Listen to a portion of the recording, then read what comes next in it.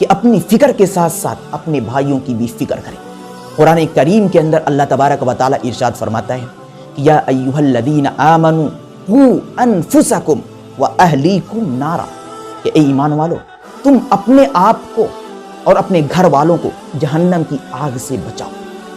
اس آیت کریمہ سے ہمیں ایک تعلیم دی جا رہی ہے، ایک پیغام اور ایک میسج دیا جا رہا ہے کہ آپ اگر اچھا کام کر رہے ہیں تو اپنے بھائی کو بھی اچھائی کی طرف بلائیں۔ آپ اگر نماز پڑھ رہے ہیں تو اپنے بھائی کو بھی نماز کی طرف بلائیں۔ آپ اگر غلط کام سے رک رہے ہیں تو اپنے بھائی کو بھی غلط کام سے روکیں۔ یہ بالکل قرآن کریم کی آیت کی صریح تشریح ہے، بالکل واضح ترجمہ ہے، جس سے یہ بات معلوم ہوتی ہے کہ مسلمان خود بھی بنے اور دوسروں کو مسلمان بنانے کی فکر بھی کرے۔ میں سمجھتا ہوں کہ اعجاز خان کو یہ بات سمجھ میں آ گئی ہوگی۔ پھر انہوں نے ایک دوسرا جملہ کہا، وہ یہ کہ عالم علماء صرف فتوے مارتے ہیں اور وہ واٹس ایپ، فیس بک اور سوشل نیٹ ورک پر کیوں آتے ہیں؟ فیس بک پر آنا، واٹس ایپ پر آنا حرام ہے، حرام قرار دیتے ہیں، جبکہ کسی حلال چیز کو حرام قرار دینا یہ در حقیقت گناہ کا کام ہے۔ فیس بک پر آنا اور دیگر سوشل نیٹ ورک پر آنا علماء کے لیے ممنوع ہے؟ کیسے ممنوع ہو سکتا ہے؟ میں یہ سمجھتا ہوں کہ اگر عالم یوٹیوب پر نہ آئے، فیس بک پر نہ آئے تو صرف خرافاتیں آپ مچائیں گے، صرف غلط باتیں شیئر کریں گے، تو جو مسلمان اس سے جڑا ہے وہ صرف غلط باتیں سیکھے گا، صرف غلط باتوں کی جانکاری رکھے گا۔ عالم علماء کو وہی طریقہ کار اصلاح اور تبلیغ کی اختیار کرنے چاہیے جس طریقہ کار کو اختیار کرنے سے زیادہ امت کا فائدہ ہو سکے۔ تو آج کل سوشل نیٹ ورک کا زمانہ ہے، سوشل نیٹ ورک کا دور ہے۔ اگر ہم گوشہ نشینی اختیار کر لیں اور ہم دین کی اصلاح کے لیے سوشل نیٹ ورک کا سہارا نہ لیں تو دین جہاں تھا وہیں رہ جائے گا۔ میری بات آپ کو سمجھ میں آ چکی ہوگی۔ میں صرف اور صرف یوٹیوب پہ کام کرتا ہوں، اس کی ایک ہی وجہ ہے، کسی کو سمجھانا اور کسی کو راہ راست پر لانا میرا کام نہیں، یہ اللہ کا کام ہے۔ ہدایت تو اللہ دیتا ہے، ہمارا کام پہنچا دینا ہے، ہمارا کام سمجھا دینا ہے، ہمارا کام سکھا دینا ہے۔ میں تو یہ سوچتا ہوں کہ اگر یوٹیوب پر میری ویڈیو کو کوئی 2 منٹ 3 منٹ یا 10 منٹ دے رہا ہے تو کہیں نہ کہیں برائی سے وہ وقت تو بچ رہا ہے۔ اگر 2 منٹ 3 منٹ میری ویڈیو کو نہیں دیتا تو کہیں دوسری ویڈیو کو تو ضرور دیتا جو خرافات پر مبنی ہے۔ تو اس اعتبار سے ہم گناہوں سے ضرور لوگوں کو روک رہے ہیں۔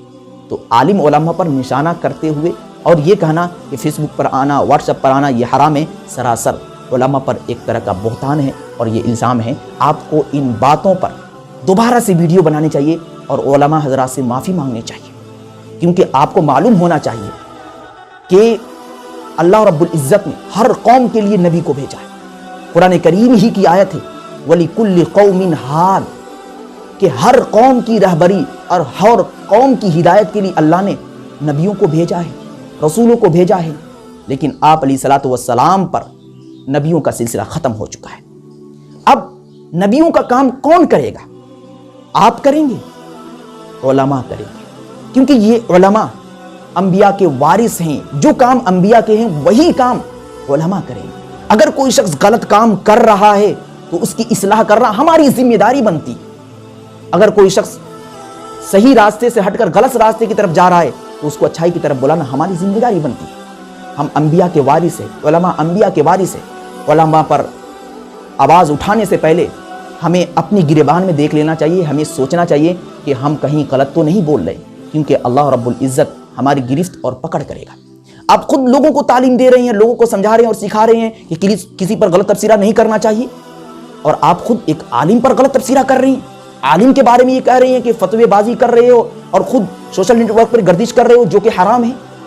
آپ خود سوچیں، پہلے خود عمل کریں، عالم علماء سے اپنا بھی تعلق بنائیں۔ جس کالے عمل کو آپ کر رہے ہیں اس کو آپ بھی چھوڑیں۔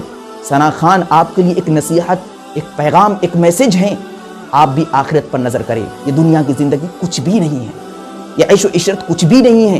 آپ خود اپنے بیان کے اندر کہہ رہے ہیں ہمارا عمل ہمارے ساتھ ہے، تمہارا عمل تمہارے ساتھ ہے۔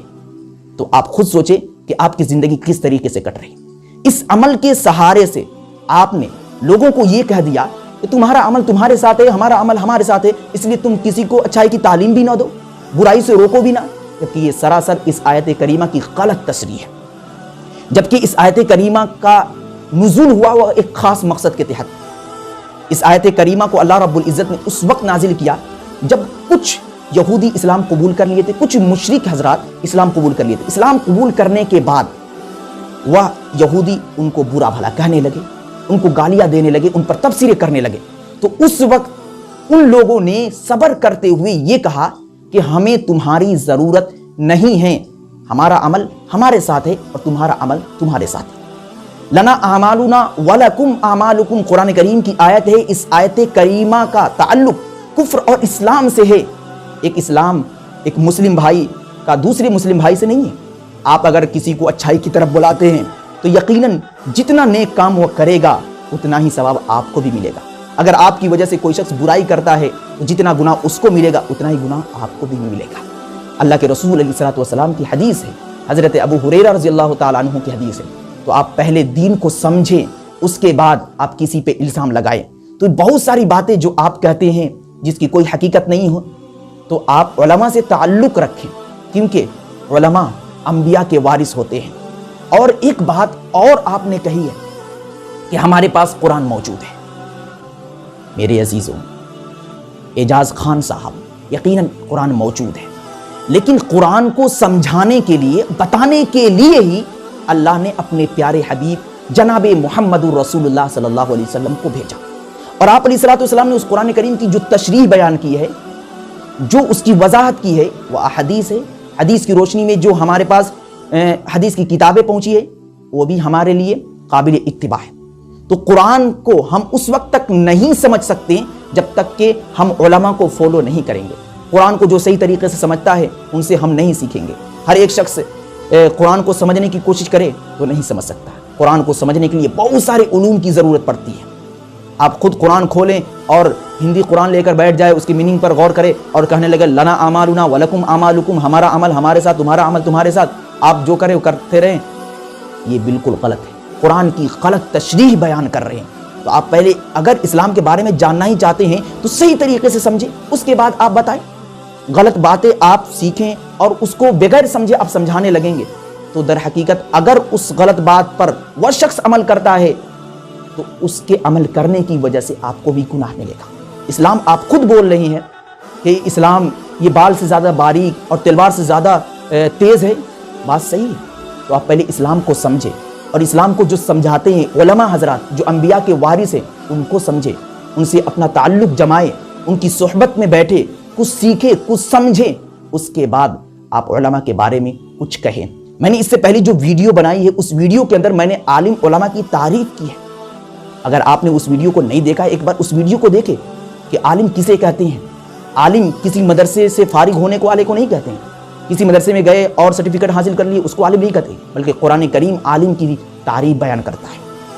تو آپ کسی عالم کے بارے میں زبان کھولنے سے پہلے اپنی گریبان میں دیکھیں، اس کے بعد ہی آپ زبان کھولیں۔